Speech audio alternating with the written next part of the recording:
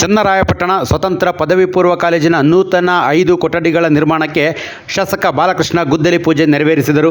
ಈ ವೇಳೆ ಪುರಸಭೆ ಅಧ್ಯಕ್ಷೆ ಬನಶಂಕರಿ, ಮಾಜಿ ಸದಸ್ಯ ರಘು, ಎಪಿಎಂಸಿ ಮಾಜಿ ಅಧ್ಯಕ್ಷ ಮಂಜೇಗೌಡ, ಜಿಲ್ಲಾ ಪಂಚಾಯಿತಿ ಕಾರ್ಯಪಾಲಕ ಅಭಿಯಂತರ ಕಚೇರಿಯ ಇಂಜಿನಿಯರ್ಗಳಾದ ಕಾಶಿನಾಥ್, ಆನಂದ್ ಹಾಗೂ ಕಾಲೇಜಿನ ಸಿಬ್ಬಂದಿಗಳು ಉಪಸ್ಥಿತರಿದ್ದರು. ಕಾರ್ಯಕ್ರಮವನ್ನು ಉದ್ದೇಶಿಸಿ ಶಾಸಕ ಸಿಎನ್ ಬಾಲಕೃಷ್ಣ ಮಾತನಾಡಿದ್ದಾರೆ. ಎಲ್ಲಿ ಕಟ್ಟಬೇಕು ಅನ್ನೋದ್ರ ಬಗ್ಗೆ ಜಿಜ್ಞಾಸೆ ಇತ್ತು.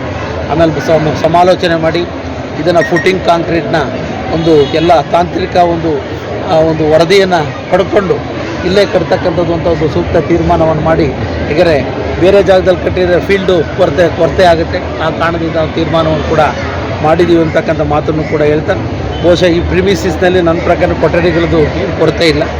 ಕೆಲವು ಕೊಠಡಿಗಳನ್ನು ದುರಸ್ತಿ ಮಾಡಿಸ್ಬೇಕಾಗಿದೆ. ಆದ್ಯತೆ ಮೇರೆ ಅವು ಕೂಡ ಮಾಡ್ತೀವಿ. ಬಾಲಕಿಯರ ಒಂದು ಪದವಿ ಪೂರ್ವ ಕಾಲೇಜ್ ಏನಿದೆ, ಮೇಲ್ಛಾವಣಿಯನ್ನು ಕೂಡ ನಿರ್ಮಾಣ ಮಾಡಲಿಕ್ಕೆ ಅಲ್ಲಿ ಯಾವುದೇ ರೀತಿ ಮೇಲ್ಗಡೆ ಅಂತಸ್ತು ಸೋರಬಾರ್ದು ಅನ್ನೋ ದೃಷ್ಟಿಯಲ್ಲಿ ಒಂದು ವ್ಯವಸ್ಥಿತವಾದಂಥ ರೀತಿಯಲ್ಲಿ ಅದು ಕೂಡ ಮಾಡ್ತಾಯಿದ್ದೇವೆ. ಇವತ್ತು ಒಂದು ಹಿರಿಯ ಪ್ರಾಥಮಿಕ ಶಾಲೆ 350 ಸ್ಟೂಡೆಂಟ್ಸ್ ಇದ್ದಾರೆ. ಅಲ್ಲಿಗೂ ಕೂಡ ಅಗತ್ಯವಾಗಿ ಬೇಕಾದಂಥ ಎಲ್ಲ ನಮ್ಮ ಇನ್ಫ್ರಾಸ್ಟ್ರಕ್ಚರ್ನು ಕೂಡ ವಿಶೇಷವಾಗಿ ಒದಗಿಸ್ಕೊಟ್ಟಿದೆ.